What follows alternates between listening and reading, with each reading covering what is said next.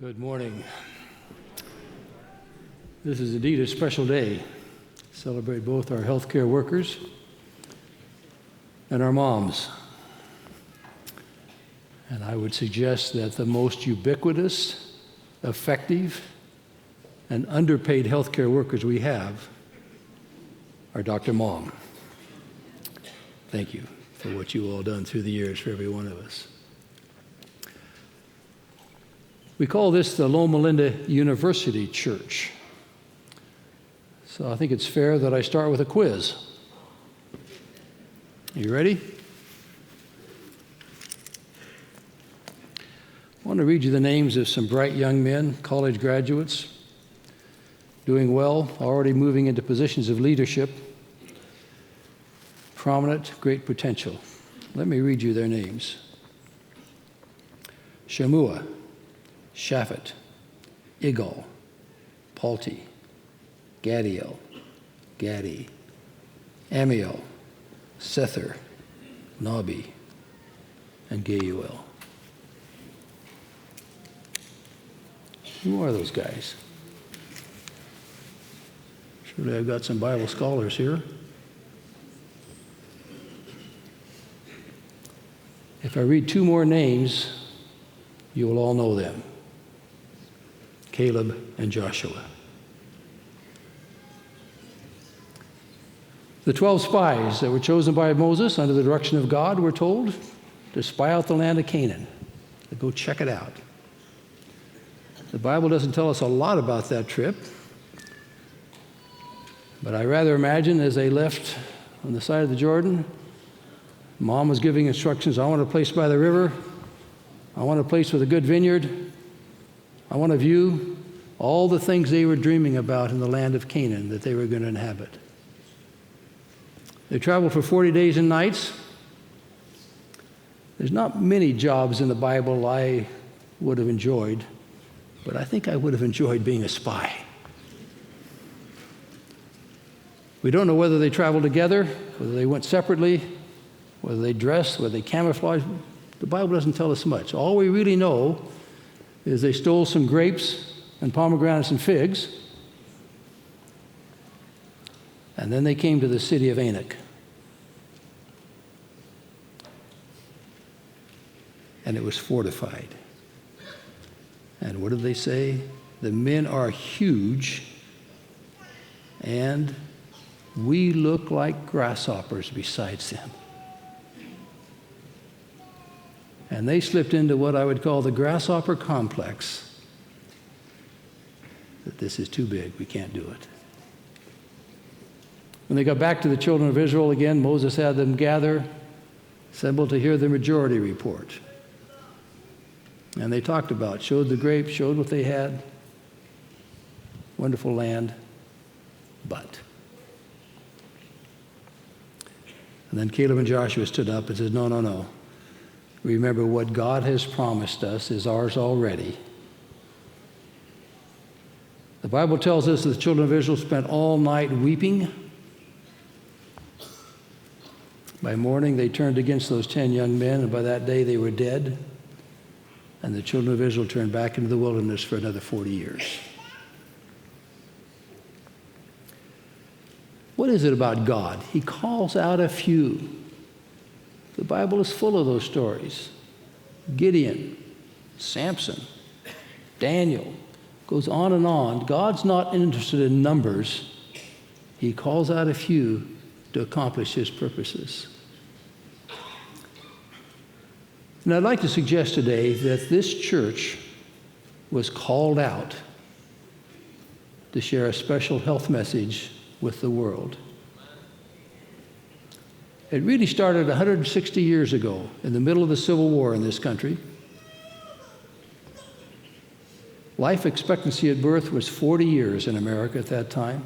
40 years you'd expect to live on the average. During the Civil War, it was even less. Diets were atrocious. Prohibition had failed several decades earlier. America was not healthy. Medical science was basically non-existent. Doctors were trying all sorts of potions and this and that and the other thing. We've got a collection of some of the gizmos they cried to make people better. And it was in that context that Ellen White distilled some concepts that were emerging, said there is a better way, and coined what we call the 8 simple remedies. Simple things. Things that, frankly, she said we need to practice personally, but she went a step further than that and made them a part of the Adventist church theology, part of our doctrine.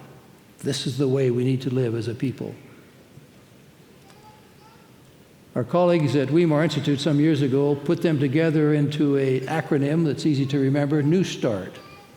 Nutrition, plant-based nutrition, exercise, plenty of water, sunlight, being outdoors, temperance, avoiding behavioral harmful substances, fresh air, rest, and trust in divine power. If you look at what this world is talking about today in healthcare, it's 8 simple remedies. We've had them for 160 years, being taught in many places now as the answer to what we're facing. With that knowledge, the church decided to start training others, to treat others, and identified a promising young man by the name of John Harvey Kellogg, charismatic character. Said, John, take it away. And so John Harvey Kellogg began our first lifestyle center in a retired judge's home that he rented in Michigan. Western Health Reform Institute, they called it. It quickly got full, became very popular, so Kellogg moved on to build an even larger facility in Battle Creek, Michigan. He borrowed the name from sanatorium, which is a place for wounded soldiers to live, and modified it to be sanitarium, and created Battle Creek Sanitarium. Grew in popularity, presidents, CEOs, many famous people came to get 8 simple remedies and the other things that Kellogg was offering at Battle Creek Sanitarium. By 1895, he had so much momentum, he started a medical school, the Adventist Church's first medical school, American Medical Missionary College, he called it. Had some notable graduates from that school. Alfred Shryock, one of our buildings on campus where the School of Pharmacy is now located, Shryock Hall. Harry Miller went on to become the China doctor of considerable fame, a graduate 1902 from the American Medical Missionary College. That building burned down in 1902, but Kellogg was not to be deterred and built a larger, bigger building. He was on a roll. But his fame and his ego was gradually carrying him away from the church. By 1910, the medical school closed. And when the Depression hit in the 1920s, Battle Creek Sanitarium went bankrupt. Finally was sold to the U.S. government. If you go to Battle Creek today, you'll see a large, impressive government office building named after 3 senators who were there as patients in the war, Dole, Hart, and Inouye. And there's a little plaque out in the front yard. This is Battle Creek Sanitarium, John Harvey Kellogg. But Ellen White didn't give up with that, and so she cast her sights on Southern California and appointed a young businessman, pastor by the name of John Burden. Find us a place. We're going to try again. Burden had already identified Paradise Valley Hospital and Glendale Hospital. Start them. The church was broke. There was resistance to doing anything more, but Ellen White persisted. And so John Burden finally came up with a spot that had been called Mound City, a twice bankrupt resort hotel that had been recently renamed Loma Linda to be more attractive to potential buyers. And they started a hospital in that resort hotel. They borrowed Kellogg's name, Sanitarium, and it became Loma Linda Sanitarium. If you go over to our library, you can see the plaque that was above the door, Loma Linda Sanitarium. But they also wanted to do training, so they started a college. They call it the College of No. They call it the College of Evangelists first, and started with 2 schools, a school of nursing and a school of cooks and bakers. It was only a year later, in 1906, that they had the dream of maybe we can start a medical school. And so they started putting plans together, and in 1909, the medical school started. The very year that the federal government released the Flexner Report, setting standards for medical schools that shut down half the medical schools in this country. Loma Linda began with a very meager beginning right at that time. The first graduates came out of the nursing school in 1907, out of the medical school in 1914. An incredible history began of Loma Linda graduates spreading literally around the world. A remarkable statistic is that between 1900 and 1950, the Adventist Church started 100 new hospitals, an average of 2 hospitals a year for 50 years, literally all over the world. An incredible sort of process. There's another part of the Loma Linda story that actually began in South London toward the end of the Second World War. A young Anglican minister by the name of J.B. Phillips was trying to keep his young congregates together and encouraged during a difficult time. He had a bombed-out church and all the struggles they were facing. And decided the most effective thing he could do would be to translate the New Testament into modern English so they would be easier for them to understand. So he labored night after night, painfully translating the New Testament, occasionally checking his translation with a colleague of his, C.S. Lewis, and finally completed the translation of the New Testament. But in that process, a concept came to his mind out of those study and understanding, the concept of wholeness. That being complete, being physically, mentally, spiritually, socially together is a biblical concept, the concept of wholeness. So after the war ended, he wrote a little book. I have a copy of that now. Making Men Whole. The concept of wholeness. Inspiring book. About that same time, an ocean and a continent away, in a little place called Loma Linda, a faculty committee was studying to come up with a new motto for the 50th anniversary of Loma Linda. Now, I don't have minutes from that committee, I will admit that. But I got to believe they saw that book, Making Men Whole, and out of that came the choice of the motto for Loma Linda, to make man whole. That's been our motto to today. So wholeness has become an integral part of who we are, what we teach. Several decades later, another faculty member joined us here by the name of Dr. Will Alexander. Many of you remember Will, passed away a few years ago. Will tried to take the concept of wholeness and build it into how we practice, what we teach, what we do at Loma Linda. And out of his teachings and rounds that he went on, came up with the term whole person care as how we teach wholeness at Loma Linda. It's interesting that just last year, the state of California came out with a directive to all the physicians in California. Please practice whole person care. A term that came from this institution years ago. Another decade or so went by, and Dr. Lynn Behrens, president at that time, says we need some core values. We need some way to distinguish who we are, what we stand for, what we believe in, something that can guide the educational efforts, the clinical activities that we have here. And so a committee spent several years working on those, as we do in academic committees, and finally came up with 7 core values. They've morphed a bit since then, but those 7 core values are a key part of who we are and what we teach. I remember them with the acronym See with Jesus' Eyes. The C, letter C, stands for compassion. The letter with, W-I-T-H, wholeness, integrity, teamwork, and humility. J in Jesus for justice. and E&I's for excellence. See with Jesus' eyes. Compassion, we get that. Compassion is not just sympathy. Compassion is getting engaged, doing something, engaging.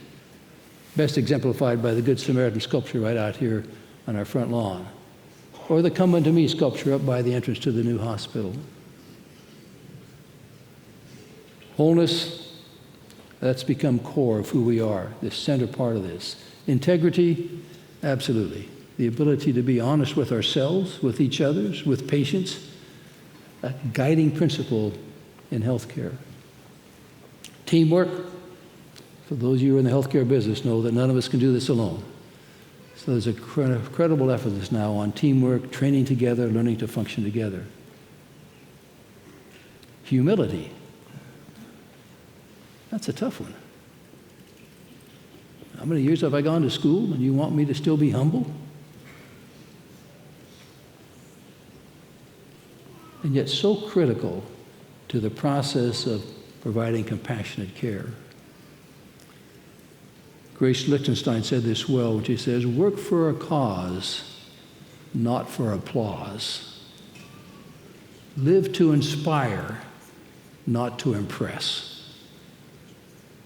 Don't try to make your presence noticed, make your absence felt. That's humility. And I would like to argue that's an absolutely key part of providing compassionate care. J in Jesus is for justice. That's a tough one for us in the healthcare business. Do you provide the same care to the drunk driver that just killed a young family on the freeway as you do to the businessman with a heart attack? Those are tough calls that we have to make all the time. And it's in that context that we must remember that every child, every person is a child of God. And finally, excellence. Excellence is something that we all must aspire to. So those values, that combination of 8 simple remedies, and now comprehensive care has become the hallmark of Adventist healthcare literally around the world. I like to think of Adventist health in 3 components. The first one, I would argue, are the Adventist health professionals. We've got 55,000 have graduated from Loma. We think roughly 2/3 are still living. But there's thousands of graduates from other institutions around the world. We have 7 medical schools now, 75 schools of nursing, 5 dental schools, literally sharing the Adventist message wherever they go. So Adventist professionals is a key part, wherever they work, wherever they are. I was speaking with an alumnus just last weekend down in San Diego.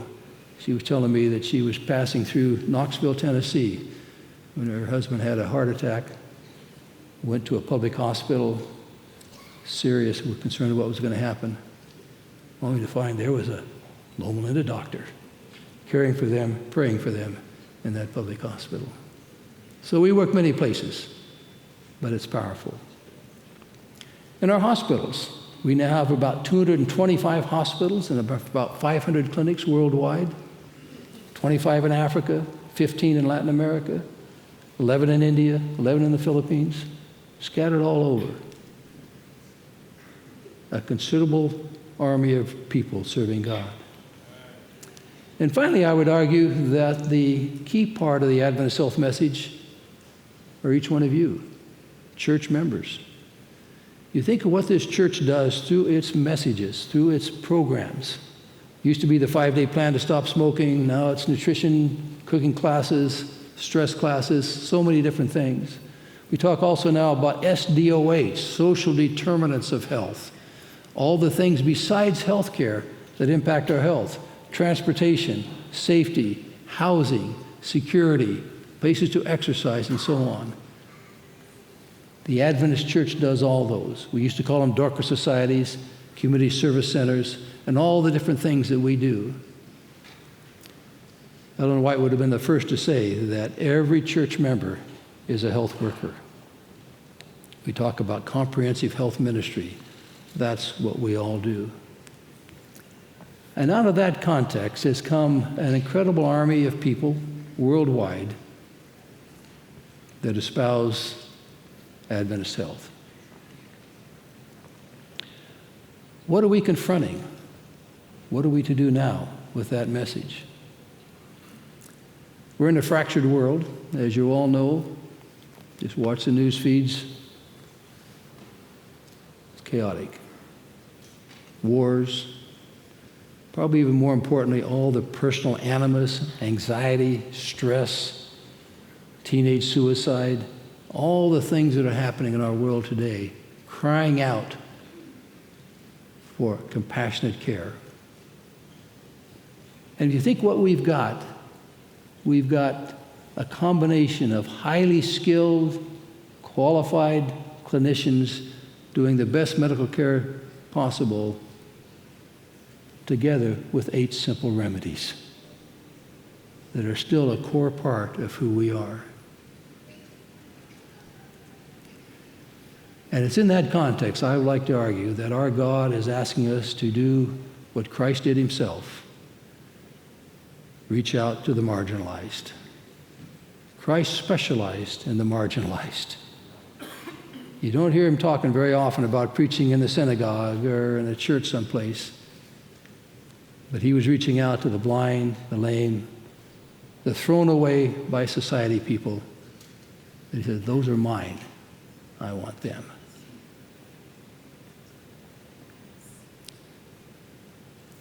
Our oldest daughter sent me a cartoon a while back I'd like to show you that I think summarizes this, if it come up on the screen.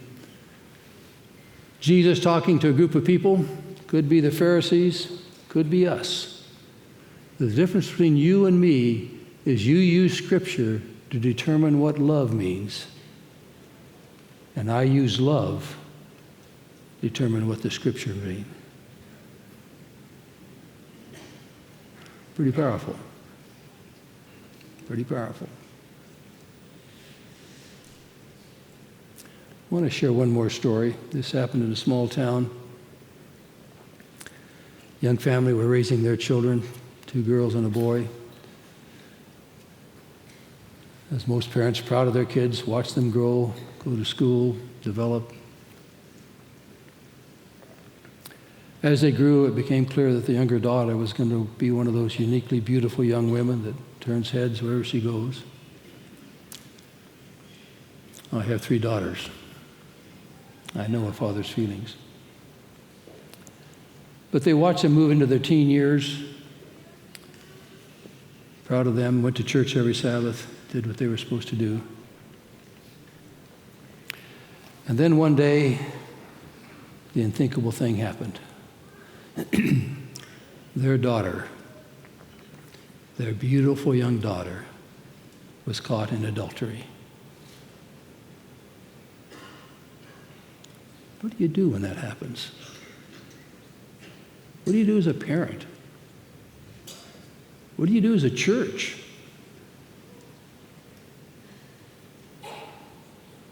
It was quiet that night in the home.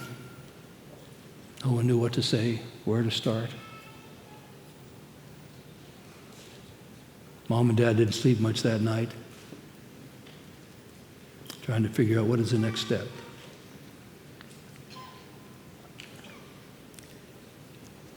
Finally, the next day, they had to talk some.